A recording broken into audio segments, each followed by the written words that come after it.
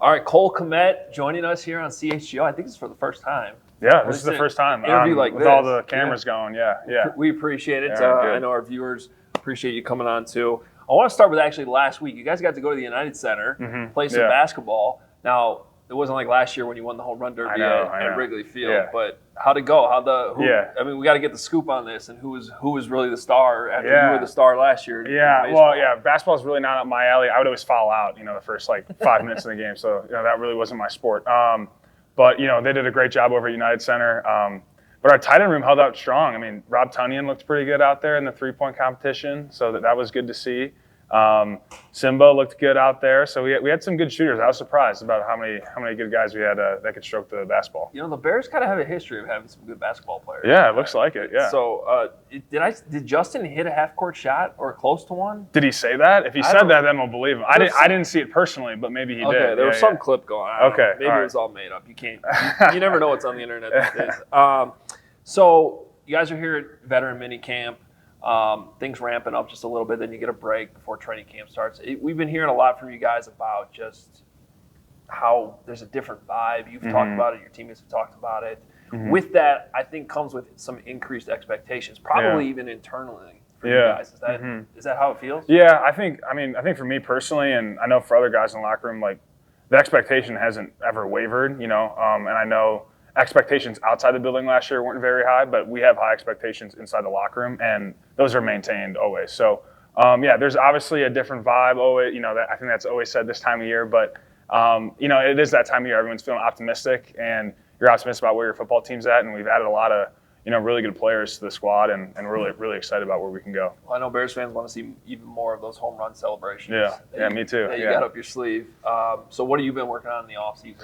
Yeah, just really the same stuff for me. I'm doing a lot of film study, which has been good. Got with Luke at the end of the season, him just kind of walking me through what he wants to see, and guys that I can model my game after. So just watching those guys, watching guys around the league and doing things like that, and then just continuing to work, bigger, faster, stronger, all that type of stuff. Yeah, and you've been part of the tight end and the connections you made with some of the tight ends around the league. I mean, who are some of those guys that you are constantly watching film of? Yeah, it's so unique because each guy is just so different. You look at, obviously, a guy like Travis and a guy like George, and both are completely different in how they play the game. And you look at a guy like Darren Waller, and then you look at, some other guys across the league, whether it's Mark Andrews and things like that.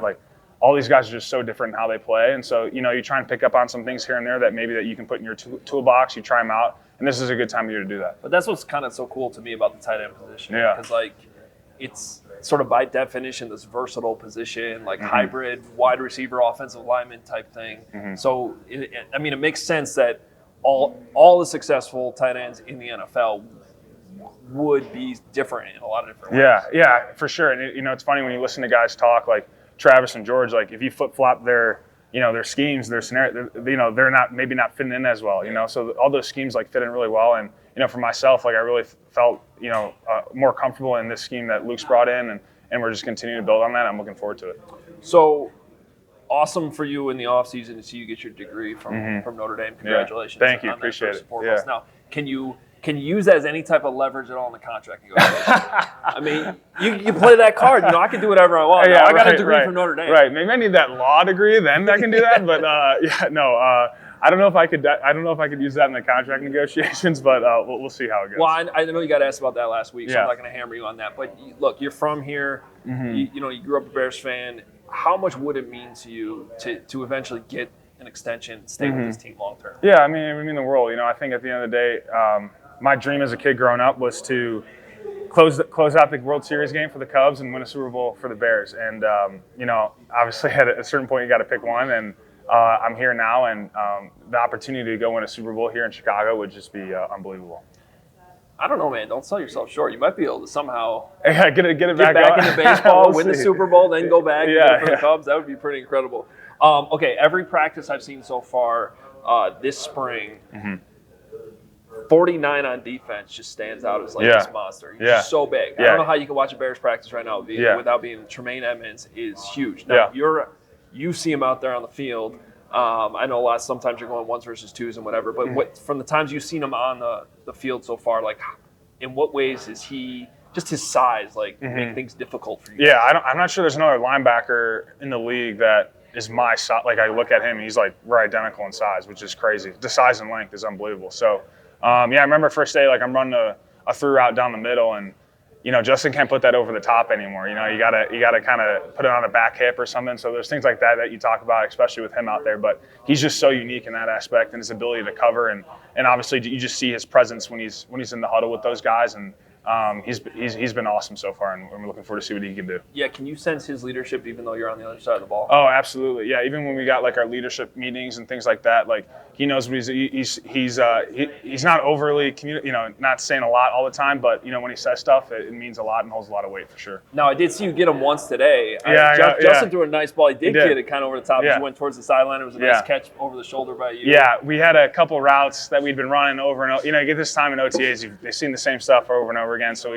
we just installed a little something off of it just to kind of get him on it, so it worked out pretty well. And how's the chemistry with Justin been building, not just with you guys, because it's kind of been there now for a couple of years, but just in general as he continues to develop? Yeah, I mean, it's been awesome. I think just his comfort in the offense, we all came in to this offseason knowing everything, and you can get more in the nitty-gritty, the details, so that's been really good, not only for me, but for him as well, and I think we've seen that out in practice, so it's been really good. Okay, last thing I got for you. You got to go inside the tight end room.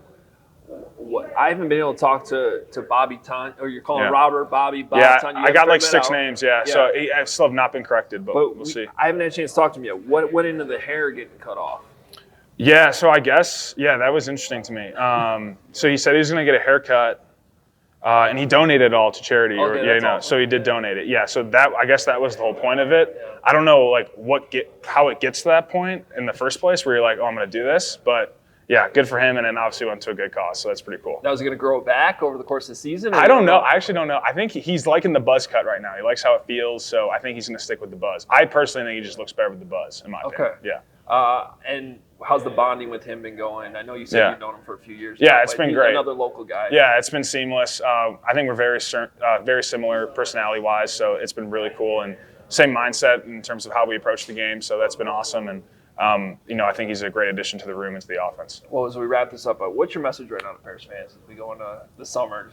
I know that you'll take some time off, but then everyone's going to be super excited when training camp. You'll have the fans out here once again. I mean, what do you want to tell them right now? Yeah, I think it's okay to have high expectations. I think we have high expectations for ourselves, and we're not straying away from that. So we're excited about what we got going on here, and we want the pressure, we want the expectations, and we're looking forward to see what we can do this upcoming year. Cole, appreciate it, man. Yeah, man, appreciate it. It's good talking. Awesome, good stuff. Cole Kmet on CHGO.